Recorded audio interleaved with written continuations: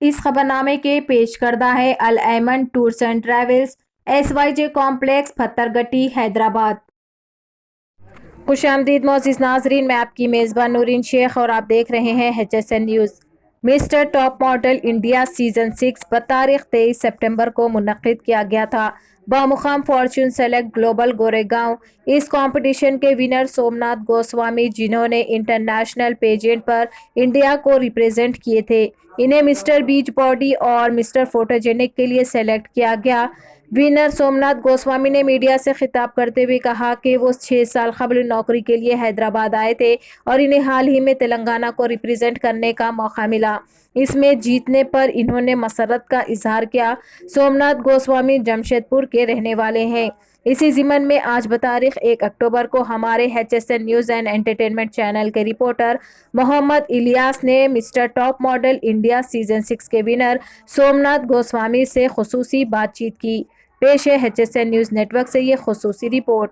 मज़ीद ताज़ा व अहम तरीन खबरों से जुड़े रहने के लिए चैनल को लाइक करें, शेयर करें और सब्सक्राइब ज़रूर कर लें।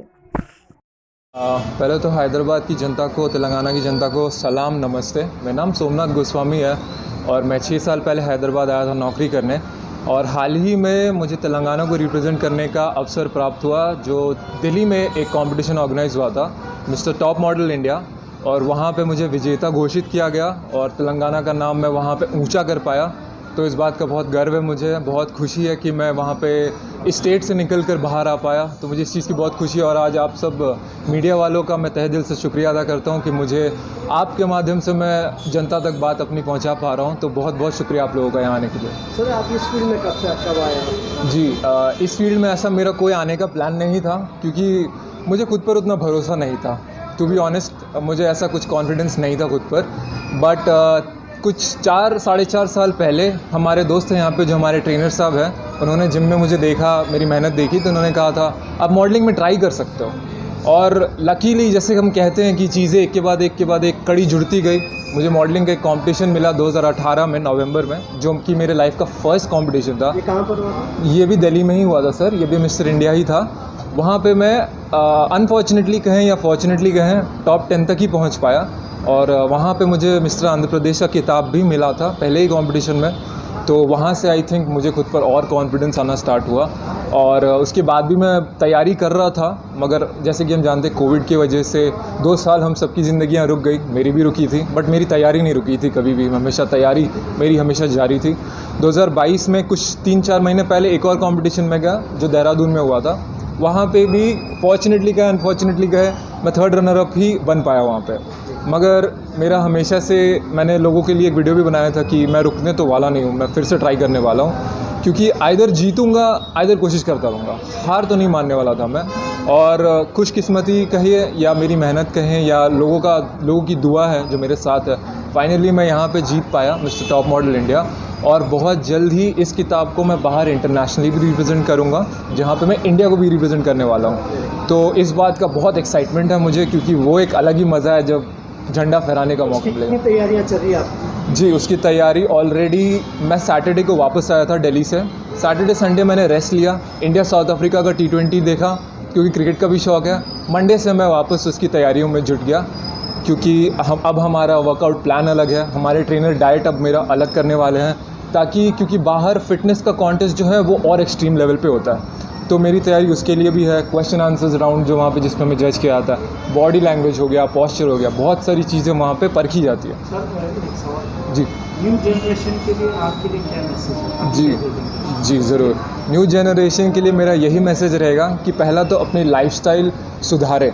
बहुत लोग आजकल, जैसे हम काउच पोटैटो कहते हैं, अब इतने सारे OTT प्लेटफॉर्म्स हैं, हम टीवी के सामने लेकर बैठ जाते हैं, हम घर से बाहर नहीं निकलना चाहते। तो सबसे पहली बात तो आपको अपने लाइफ में फ़िटनेस का एक रिजीम बनाना चाहिए, अपने डाइट पर ध्यान देना चाहिए। कोई नहीं कह रहा आपको कि आप उबले हुए चीज़ें ही खाओ, आप कम मसाले वाले खाओ, जितना आप कर सकते हो उतना ही करो। ज़रूरी नहीं हर किसी की 6 पैक एब्स रहे। मैं यही मानता हूँ, आप बस फिट रहने पे ध्यान दें। और दूसरी बात जो पर्सनल लाइफ में है, मेहनत का साथ में छोड़ा, एक ना एक दिन मेहनत आपका साथ ज़रूर देगा, और उससे बड़ी चीज़ कुछ हो नहीं सकती। सर, आगे आप जो स्पेशल डाइट्स जो ले रहे हैं उसके बारे में क्या कहेंगे? जी ज़रूर। स्पेशल डाइट जो है, हमारे जो ट्रेनर है बहुत हिटलर है, तो वो मुझे अब जो मैं चाहूँगा वो खाने नहीं देंगे। तो बेसिकली उसमें बॉइल्ड चीज़ें ज़्यादा रहेंगी, मसाला और कम हो जाएगा। और जो कार्ब्स जो हम कहते हैं, वो कार्ब्स हमें तब लिया जाता है जब हम बल्क पे होते हैं। तो अब कार्ब्स बिल्कुल कट हो जाएंगे मेरे, कैलोरी डेफिसिट डाइट रहेगी। और जो वर्कआउट रहेगा वो मुझे लिटरली थका देने वाली वर्कआउट रहेगी, जिसमें कार्डियो वगैरह ज़्यादा रहेंगे, क्रॉसफिट चीज़ें ज़्यादा रहेंगी, वेट ट्रेनिंग कम रहेगा। फ्यूचर प्लानिंग क्या है? जी, फ्यूचर प्लानिंग मेरी यही है कि फ़िलहाल तो जो किताब मैंने जीता है इसको बाहर रिप्रेजेंट करना चाहता हूँ मैं। जैसे कि आप सबको पता है मेरा नाम सोमनाथ है, तो मेरा सोमनाथ शिव भगवान का एक और नाम है। जैसे हम जानते हैं शिव भगवान की तीसरी आँख है, तो फ़िलहाल मेरी तीसरी आँख से मैं वो किताब बाहर रिप्रेजेंट करने को देख रहा हूँ फ़िलहाल, क्योंकि मुझे यहाँ नहीं रुकना है।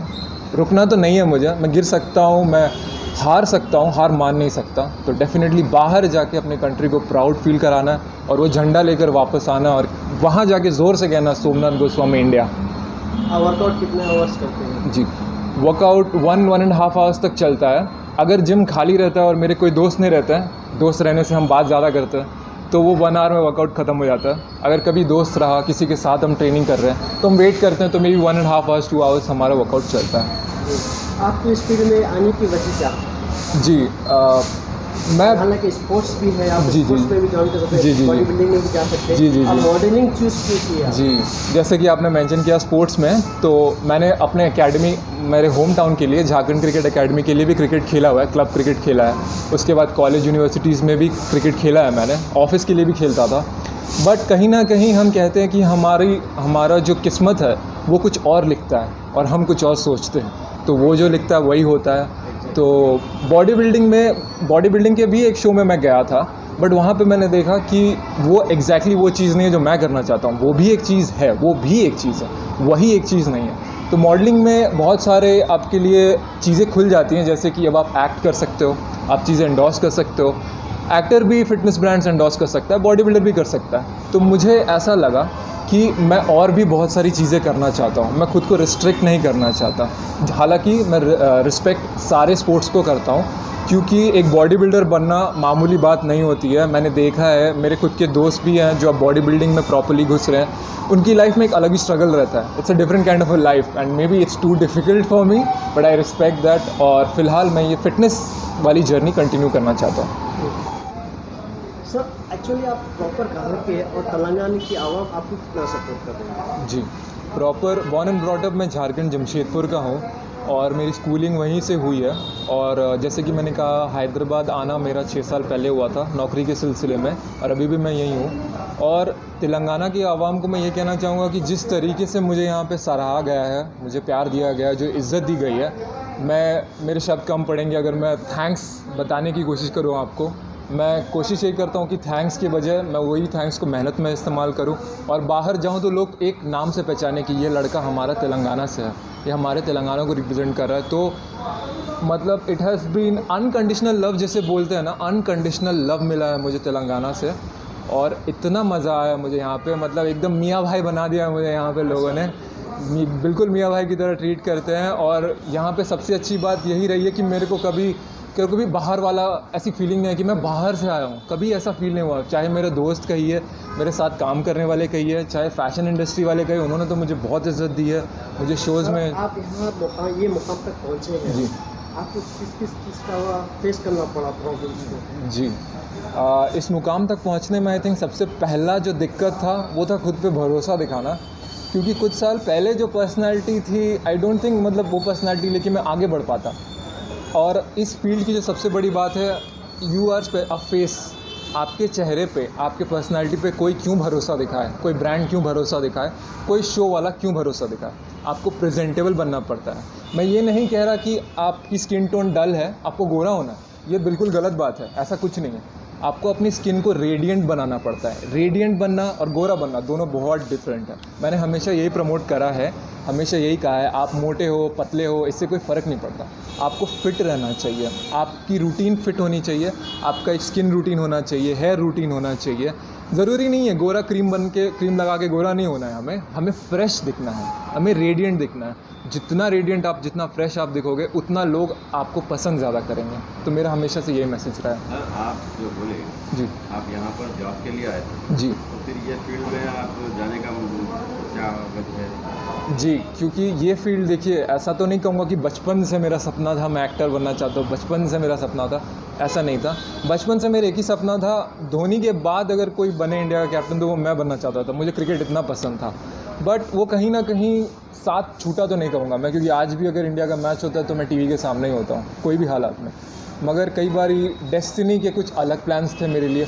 मॉडलिंग इस वजह से आया मैं, क्योंकि जब मैंने रोहित खंडेलवाल को मिस्टर वर्ल्ड जीतते हुए देखा और उसने इंडिया को ऐसे रिप्रेजेंट करा, तो मुझे वो चीज़ कहीं ना कहीं दिल को छू गई कि बाहर जाके पूरी दुनिया जानेगी आपको कि एक लड़का है जो इंडिया से है और बहुत अच्छा कम्युनिकेशन है, पर्सनालिटी अच्छी है। वो कोई ऋतिक रोशन की तरह नहीं दिखता।